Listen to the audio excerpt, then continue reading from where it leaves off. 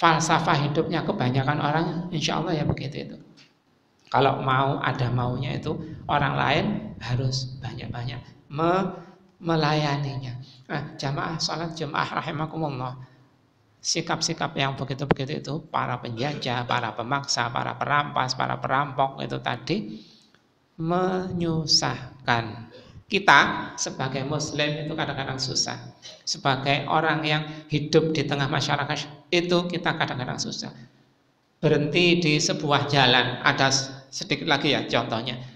Seorang sales ada hajat untuk berhenti di sebuah jalan. Ternyata di situ ada, nggak tahu di kegelapan atau tersembunyi di pohon-pohon, ternyata di situ ada majelis orang minum minuman keras. Nah, salesnya ini nyeles kerupuk, berhenti karena Hondanya, sepeda motornya agak error itu berhenti. Ternyata di target, ayo jaluk kerupuknya tak kayak ini tambul, tak kayak ini teman untuk minum.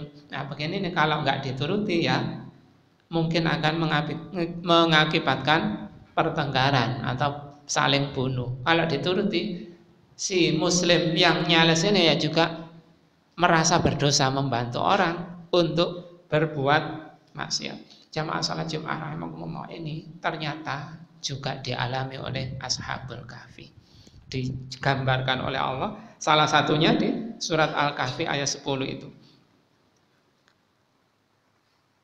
Ingatlah tatkala pemuda-pemuda itu mencari tempat perlindungan ke dalam gua. Lalu mereka berdoa, wahai Rabb kami, berikanlah rahmat kepada kami dari sisimu, dan sempurnakanlah bagi kami petunjuk yang lurus dalam urusan kami. Untuk bersikap itu seringnya kita bingung. Untuk bersikap itu kita bingung. Nah, para Ashabul Kahfi yang juga digelayuti kekhawatiran akan salahnya sikap beliau-beliau itu dalam menyikapi raja yang memaksa itu tadi. Pemaksanya raja ingin tetap berkuasa, ingin memaksakan falsafah hidupnya kepada semua orang, termasuk Ashabul Kahfi yang mana mereka itu ya juga anak-anaknya para pembesar kerajaan. Nah, begitu itu Ashabul Kahfi ingin istiqomah dalam Islam, itu merasa nggak enak, merasa nggak nyaman di tempat itu, akhirnya mereka ingin meninggalkan lokasi tempat tinggalnya itu dengan harapan nanti ada menemukan suatu komunitas atau tempat untuk bisa berislam dengan baik, tetapi tidak ada yang mengganggu. Nah, kebijakannya adalah meninggalkan, hijrah dari komunitas yang dianggap rusak itu tadi ke tempat yang diharapkan yang enggak rusak, tapi belum menemukan, sementara tinggal bersembunyi di gua.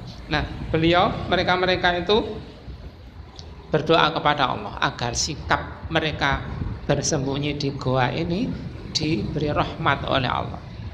Mungkin juga secara tersirat berharap memohon kepada Allah agar persembunyiannya ini tidak diketahui oleh masyarakat, tidak diketahui oleh intel-intel itu, sehingga ditangkap oleh raja dan dihukum atau dibunuh. Nah, sikap-sikap ini mohon perlindungan kepada Allah. Dan mungkin juga, ya bukan mungkin ya, informasi dari para ulama, diharapkan nanti setelah bersembunyi itu, kalau hendak keluar, ya juga diberi petunjuk bagaimana sikapnya, bagaimana langkahnya, agar langkah itu tidak mencelakakan penghuni goa itu tadi, Ashabul Kahfi itu, tapi mengenakkan beliau-beliau untuk bisa berislam dengan yang sebaik-baiknya. Dikomentari oleh Rasulullah SAW, wa ma qadaita lana min qada'in faj'alu aqibatu rusdan, faj'al aqibatu rusdan, dan ketetapan yang engkau tetapkan atas kami, maka jadikanlah kesudahannya berada dalam petunjuk. Ketetapan Allah, ya Allah, engkau yang maha menetapkan. Nanti kalau engkau tetapkan sesuatu, jadikanlah ketetapan itu terang bagi kami, jelas bagi kami. Sikap yang yang akan kami tempuh tepat.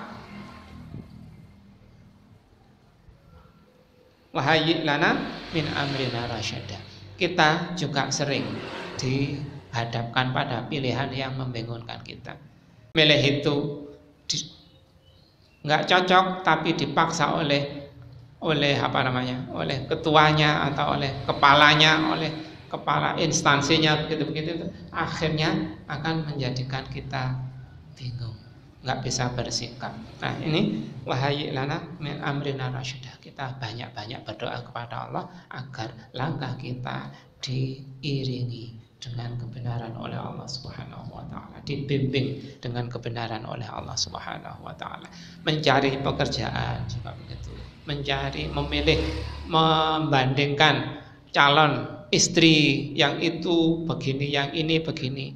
Siapa yang aku pilih? Kalau seorang wanita ya juga begitu, ada dua lelaki yang ngarepno, yang ingin melamar kok agak berbeda, harus dipilihlah. Begitu itu, mohon petunjuk kepada Allah agar jalan yang akan ditempuh itu dinaungi oleh petunjuk Allah Subhanahu wa taala. Mudah-mudahan langkah-langkah kita dibimbing oleh Allah sehingga bisa mengantarkan kita kepada surganya Allah Subhanahu wa taala. Aku qouli hadza astaghfirullah wa atubu. Jamaah salat Jumat rahimahullah.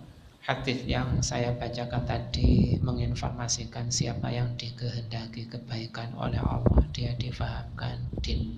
Nah, kalau tadi disampaikan kegamangan, kebingungan orang-orang masa lampau dan sampai berdoa kepada Allah begitu itu. Nah, sekarang Nabi Muhammad SAW memberikan satu langkah, memberikan petunjuk untuk agar kita diberi kebaikan-kebaikan oleh Allah, itu kita memahami din, agar kita dibahagiakan oleh Allah dengan cara memahami din. Dengan memahami din itu, agama itu, kita akan tepat dalam langkah.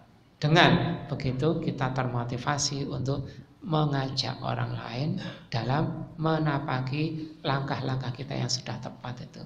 Dengan faham din itu kita termotivasi untuk bersabar dalam meniti jalan Allah Subhanahu wa taala. Termasuk seperti sabarnya Ashabul Kahfi itu tadi, dengan cara hijrah, bukan dengan cara mengikuti seremonial atau alur budaya yang dijalankan oleh raja yang kurang tepat itu tadi, raja yang sesat itu tadi. Enggak.